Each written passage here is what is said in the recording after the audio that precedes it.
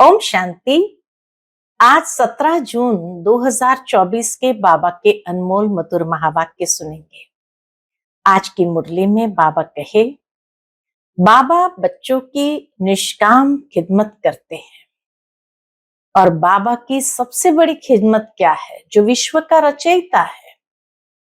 बाबा कहे, बच्चों को बेहद का वर्षा दे, सुखी बनाना, ये बाबा की खिदमत है।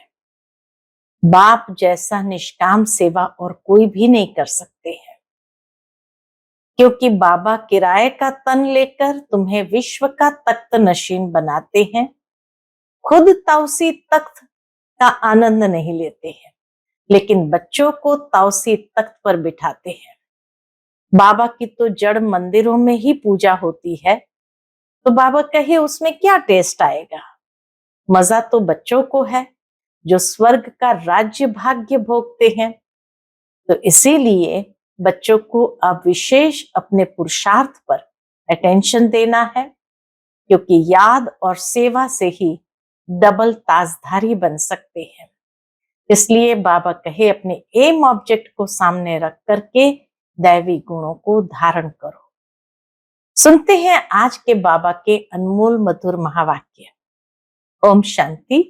मीठे बच्चे, याद और पढ़ाई से ही डबल ताज मिलेगा। इसलिए अपने एम ऑब्जेक्ट को सामने रख दैवी गुण धारण करो। आज की मुरली से प्रश्न है, विश्व रचयिता बाप तुम बच्चों की कौन सी खिदमत यानी सेवा करते हैं। उत्तर है, पहली बात, बच्चों को बेहद वर्षा दे, सुखी बनाना, यह खिदमत है। बाप जैसी निष्काम सेवा कोई कर नहीं सकता। बेहद का बाप किराए पर तख्त लेकर तुम्हें विश्व का तख्त नशीन बना देता है। कितनी बड़ी बात है, किराए का तख्त लेकर के विश्व का तख्त नशीन बना देता। खुद ताउसी तख्त पर नहीं बैठते, लेकिन बच्चों को ताउसी तख्त पर बिठाते हैं। बाप के तो जड़ मंदिर बनाते, उसमें उन्हें क्या टेस्ट आएगा। मजा तो बच्चों को है जो स्वर्ग का राज्य भाग्य लेते हैं। ओम शांति। मीठे मीठे रूहानी बच्चों को बाप कहते हैं कि अपने को आत्मा समझ बाप को याद करो। ओम शांति का अर्थ तो बच्चों को समझाया है।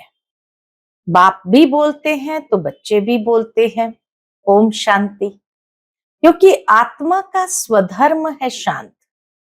तुम अब जान गए हो कि हम शांति धाम से यहां आते हैं, पहले पहले सुख धाम में, फिर 84 पुनर्जन्म लेते लेते दुख धाम में आते हैं। यह तो याद है ना। बाबा कहे, यह तो याद है ना। बच्चे 84 जन्म लेते जीवात्मा बनते हैं, बाप जीवात्मा नहीं बनते हैं। कहते हैं मैं टेम्पररी इसका आधार लेता हूं, नहीं तो पढ़ाएंगे कैसे। बच्चों को घड़ी घड़ी कैसे कहेंगे कि मन मना भाव, अपनी राजाई को याद करो। इसको कहा जाता है सेकंड में विश्व की राजाई। बेहद का बाप है ना, तो जरूर बेहद की खुशी, बेहद का वर्षा ही देंगे। बाप बहुत सहज रास्ता बताते हैं। कहते हैं, अब इस दुख धाम को बुद्धि से निकाल दो। जो नई दुनिया स्वर्ग स्थापन कर रहे हैं, उनका मालिक बनने के लिए मुझे याद करो तो तुम्हारे पाप कट जाए, तुम फिर से सतो प्रधान बन जाएंगे। इसको कहा जाता है सहज याद। जैसे बच्चे लौकिक बाप को कितना सहज याद करते हैं, वैसे तुम बच्चों को बेहद के बाप को याद करना है।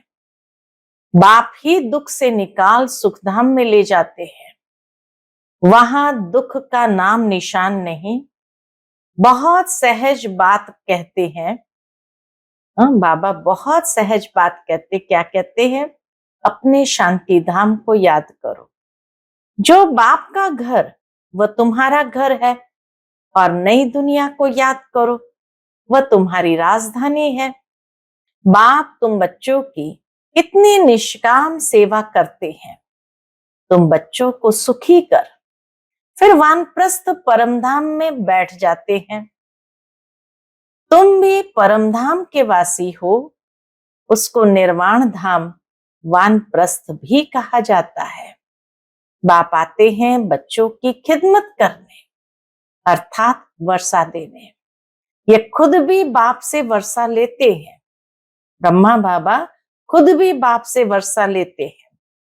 शिव बाबा तो है ऊंच ते ऊंच भगवान। शिव के मंदिर भी है, उनको कोई बाप व टीचर नहीं है। सारी सृष्टि के आदि मध्य अंत का ज्ञान उनके पास है। कहां से आया? क्या कोई वेद शास्त्र आदि पढ़े? नहीं, बाप तो है ज्ञान का सागर, सुख शांति का सागर।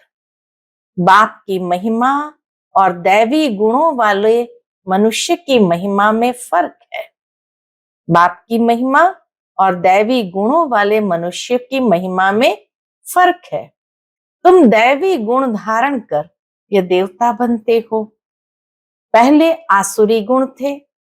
असुर से देवता बनाना ये तो बाप का ही काम है। एम ऑब्जेक्ट भी तुम्हारे सामने है। जरूर ऐसा श्रेष्ठ कर्म किए होंगे।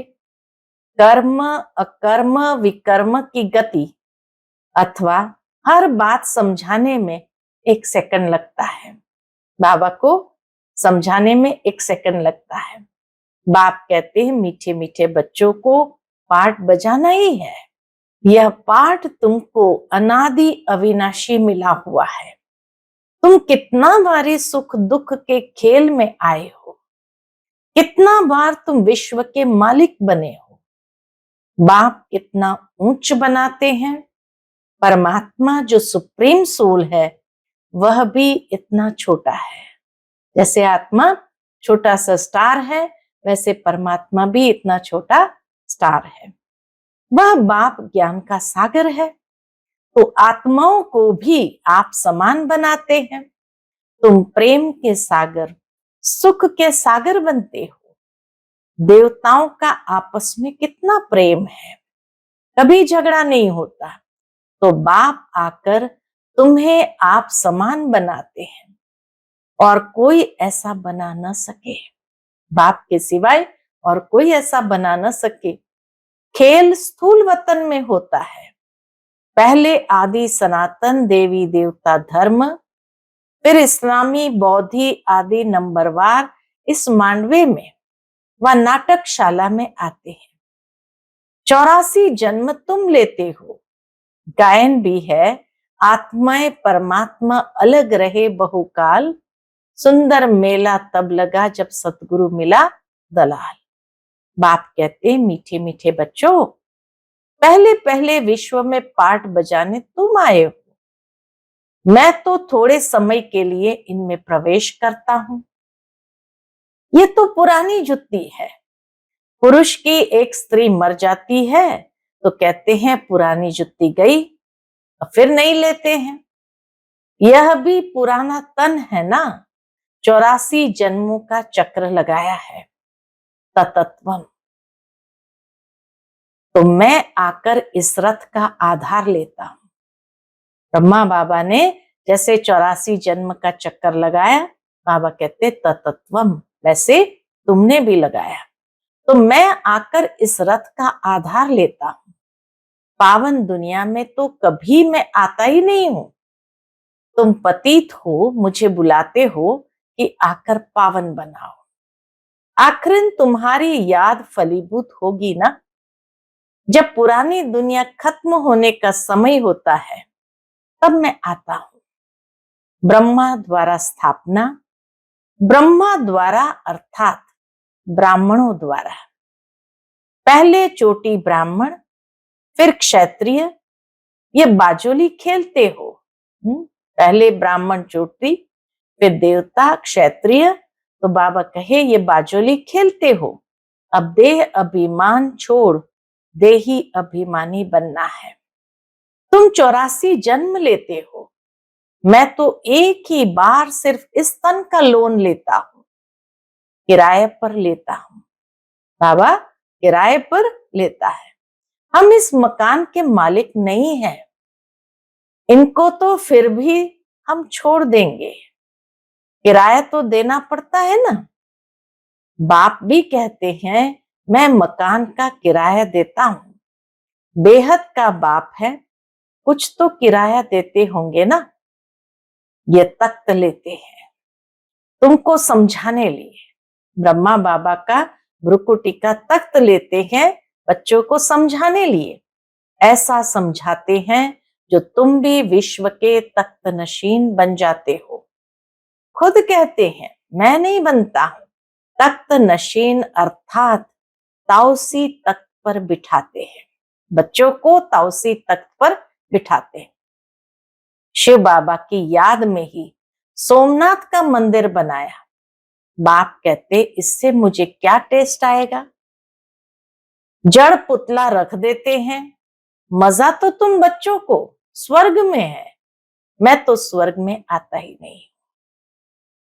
फिर भक्ति मार्ग जब शुरू होता है तो ये मंदिर आदि बनाने में कितना खर्चा किया, फिर भी चोर लूट ले गए। रावण के राज्य में तुम्हारा धन दौलत आदि सब खलास हो जाता है, अभी वह ताउसी तख्त है? पूछते बाबा, अभी वो ताउसी तख्त है? बाप कहते हैं जो हमारा मंदिर बनाया हुआ था वह मोहम्मद गजनबी आकर लूट ले गए। भारत जैसा सॉल्वेंट और कोई देश नहीं, इन जैसा तीर्थ और कोई बन नहीं सकता। परंतु आज तो हिंदू धर्म के अनेक तीर्थ हो पड़े हैं। वास्तव में बाप जो सर्व की सदगति करते हैं, तीर्थ तो उनका होना चाहिए। यह भी ड्रामा बना हुआ है, समझने में बहुत सहज है, पूरा चक्र समझने में बहुत सहज है, परंतु नंबरवार ही समझते हैं क्योंकि राजधानी स्थापन हो रही है। स्वर्ग के मालिक के लक्ष्मी नारायण है। यह है उत्तम से उत्तम पुरुष, जिनको फिर देवता कहा जाता है। दैवी गुण वाले को देवता कहा जाता है। यह उच्च देवता धर्म वाले प्रवृत्ति मार्ग के थे। उस समय तुम्हारा ही प्रवृत्ति मार्ग रहता है। बाप ने तुमको डबल ताजधारी बनाया, रावण ने फिर दोनों ही ताज उतार दिए। अब तो नो ताज, न पवित्रता का ताज न धन का ताज, दोनों रावण ने उतार दिए।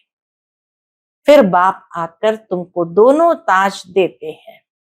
बाबा आकर के दोनों ताज देते हैं। द्वापर के बाद रावण दोनों ही ताज उतार देता है। कैसे देते हैं बाबा दोनों ताज? इस याद और पढ़ाई से। इसलिए गाते हैं ओ गॉड फादर हमारा गाइड बनो, लिबरेट भी करो। तब तुम्हारा नाम भी पंडा रखा हुआ है। पांडव कौरव यादव क्या करते भाई? कहते हैं बाबा हमको दुख के राज्य से छुड़ाकर साथ ले जाओ। बाप ही सचखंड की स्थापना करते हैं, जिसको स्वर्ग कहा जाता है। फिर रावण आकर क्या करते हैं? झूठ खंड बनाते हैं। वह कहते हैं श्री कृष्ण भगवान वाच, बाप कहते हैं शिव भगवान वाच। भारतवासियों ने नाम बदल लिया तो सारी दुनिया ने बदल लिया। श्री कृष्ण तो देहधारी है, विदेही तो एक शिव बाबा है। अभी बाप द्वारा तुम बच्चों को माइट मिलती है, शक्ति मिलती है, सारे विश्व के तुम मालिक बनते हो। सारा आसमान धरती तुमको मिल जाती है, कोई की ताकत नहीं जो तुमसे छीन सके। पौना कल्प सतयुग त्रेता और द्वापर में भी उन्हों की तो जब वृद्धि होकर करोड़ों की अंदाज में हो तब लश्कर ले आकर तुमको जीते। बाप बच्चों को कितना सुख देते हैं, उनका गायन ही है, दुख हरता सुख करता। इस समय बाप तुमको कर्म अकर्म विकर्म की गति बैठ समझाते हैं। रावण राज्य में कर्म विकर्म बन जाते हैं, सतयुग में कर्म अकर्म हो जाते हैं। अभी तुमको एक सतगुरु मिला है जिसको पतियों का पति कहते हैं, क्योंकि वह पति लोग भी सब उनको याद करते हैं। बाबा कहे पतियों का पति जो है वह आकर के हम बच्चों को कहते हैं, क्योंकि वह पति लोग भी सब उसको याद करते हैं। तो बाप समझाते हैं ये कितना वंडरफुल ड्रामा है। इतनी छोटी सी आत्मा में अविनाशी पाठ भरा हुआ है जो कभी मिटने वाला नहीं है। इनको अनादि अविनाशी ड्रामा कहा जाता है। God is one. रचना अथवा सीढ़ी और चक्र सब एक ही है। रचना अथवा सीढ़ी और चक्र सब एक ही है। न कोई रचता को न रचना को जानते। ऋषि मुनि भी कह देते हम नहीं जानते हैं। अभी तुम संगम पर बैठे हो, तुम्हारी माया के साथ युद्ध है।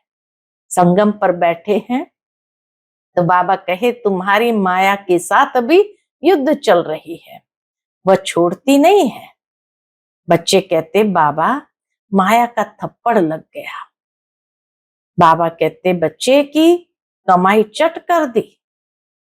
माया ने थप्पड़ मार करके बच्चे की कमाई चट कर दी। तुम्हें भगवान पढ़ाते हैं तो अच्छी रीति पढ़ना चाहिए। ऐसी पढ़ाई तो फिर 5000 वर्ष बाद मिलेगी, बार बार थोड़ी मिलती है। सारे कल्प में एक ही बार 5000 साल के बाद ऐसी पढ़ाई मिलेगी। अच्छा, मीठे मीठे सिकिलधे बच्चों प्रति माता पिता बाप दादा का याद प्यार और गुड मॉर्निंग। रूहानी बाप की रूहानी बच्चों को नमस्ते।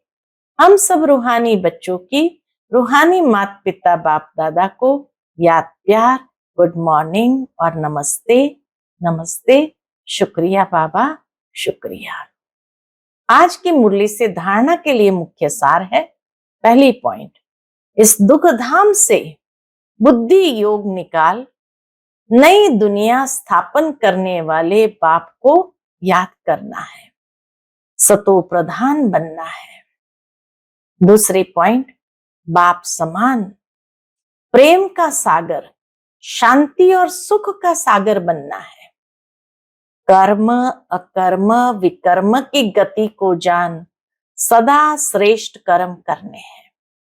कर्म अकर्म और विकर्म की गति को जान सदा श्रेष्ठ कर्म करना है। आज का बाप दादा का मधुर वरदान हम बच्चों के प्रति है, सदा उमंग उत्साह में रह मन से खुशी के गीत गाने वाले अविनाशी खुश नसीब भव। सदा उमंग उत्साह में रह मन से खुशी के गीत गाने वाले अविनाशी खुश नसीब भव। आप खुश नसीब बच्चे अविनाशी विधि से अविनाशी सिद्धियां प्राप्त करते हो। आपके मन से सदा वाह वाह की खुशी के गीत बजते रहते हैं। वाह बाबा, वाह तकदीर, वाह मीठा परिवार, वाह श्रेष्ठ संगम का सुहावना समय। हर कर्म वाह वाह है। वाह बाबा, वाह मेरी तकदीर, वाह मीठा परिवार, वाह श्रेष्ठ संगम का सुहावना समय। हर कर्म वाह वाह है, इसीलिए आप अविनाशी खुश नसीब हो। आपके मन में कभी वाई आई, क्यों मैं नहीं आ सकता। वाई आई, ये नहीं आ सकता। वाई माना क्यों, आई माना मैं, ये नहीं आ सकता। वाई के बजाय वाह वाह, और आय के बजाय बाबा बाबा शब्द ही आता है। आज का स्लोगन है, जो संकल्प करते हो उसे अविनाशी गवर्नमेंट की स्टैंप लगा दो तो अटल रहेंगे। जो संकल्प करते हो उसे अविनाशी गवर्नमेंट की स्टैंप लगा दो तो अटल रहेंगे। फिर मातेश्वरी जी के मधुर महावाक्य है, और आज के मधुर महावाक्य के शीर्षक है, जीवन की आश पूर्ण होने का सुहावना समय। हम सभी आत्माओं की बहुत समय से यह आश थी कि जीवन में सदा सुख शांति मिले। अब बहुत जन्म की आश कब तो पूर्ण होगी। अब यह है हमारा अंतिम जन्म, उस अंत के जन्म के भी अंत है। ऐसा कोई नहीं समझे मैं तो अभी छोटा हूं। छोटे बड़े को सुख तो चाहिए ना, परंतु दुख किस चीज से मिलता है उसका भी पहले ज्ञान चाहिए कि दुख किस चीज से मिलता है। अब तुमको नॉलेज मिली है कि इन 5 विकारों में फंसने कारण यह जो कर्म बंधन बना हुआ है, उनको परमात्मा की याद अग्नि से भस्म करना है। यह है कर्म बंधन से छूटने का सहज उपाय। बाबा कहे, कर्म बंधन भी कैसे बना है? कर्म बंधन भी बना है 5 विकारों में फंसने कारण। तो परमात्मा की याद की अग्नि से भस्म करना है। यह है कर्म बंधन से छूटने का सहज उपाय। इस सर्वशक्तिमान बाबा को चलते फिरते श्वासोश्वास याद करो। अब ये उपाय बताने की सहायता खुद परमात्मा आकर करता है, परंतु इसमें पुरुषार्थ तो हर एक आत्मा को करना है। परमात्मा तो बाप टीचर गुरु रूप में आए हमें वर्षा देते हैं, तो पहले उस बाप का हो जाना है, फिर टीचर से पढ़ना है। जिस पढ़ाई से भविष्य जन्म जन्मांतर सुख की प्रालब्ध बनेगी, अर्थात जीवन मुक्ति पद में पुरुषार्थ अनुसार मर्तबा मिलता है और गुरु रूप में पवित्र बनाए मुक्ति देता है। तो इस राज को समझ ऐसा पुरुषार्थ करना है। यही टाइम है पुराना खाता खत्म कर नई जीवन बनाने का। इसी समय जितना पुरुषार्थ कर अपनी आत्मा को पवित्र बनाएंगे, उतना ही शुद्ध रिकॉर्ड भरेंगे, फिर सारा कल्प चलेगा। तो सारे कल्प का मदार इस समय की कमाई पर है। सारे कल्प का मदार इस समय की कमाई पर है। देखो, इस समय ही तुम्हें आदि मध्य अंत का ज्ञान मिलता है। हमको सो देवता बनना है और अपनी चढ़ती कला है, फिर वहां जाके प्रारब्ध भोगेंगे। वहां देवताओं को बाद का पता नहीं पड़ता कि हम गिरेंगे। अगर ये पता होता कि सुख भोगना फिर गिरना है, तो गिरने की चिंता में सुख भी भोग नहीं सकेंगे। तो यह ईश्वरीय कायदा रचा हुआ है कि मनुष्य सदा चढ़ने का पुरुषार्थ करता है, अर्थात सुख के लिए कमाई करता है। परंतु ड्रामा में आधा आधा पार्ट बना हुआ है। जिस राज को हम जानते हैं, परंतु जिस समय सुख की बारी है तो पुरुषार्थ कर सुख लेना है। यह है पुरुषार्थ की खूबी। एक्टर का काम है एक्ट करने समय संपूर्ण खूबी से पार्ट बजाना, जो देखने वाले वाह वाह करे, हेर हेर करे। इसलिए हीरो हीरोइन का पार्ट देवताओं को मिला है, जिन्हों का यादगार चित्र गाया और पूजा जाता है। निर्विकारी प्रवृत्ति में रह कमल फूल अवस्था बनाना, यही देवताओं की खूबी है। इस खूबी को भूलने से ही भारत की ऐसी दुर्दशा हुई है। अब फिर से ऐसी जीवन बनाने वाला खुद परमात्मा आया हुआ है। अब उनका हाथ पकड़ने से जीवन नैया पार होगी। हाथ पकड़ने से ही जीवन नैया पार होगी। अच्छा, ओम शांति।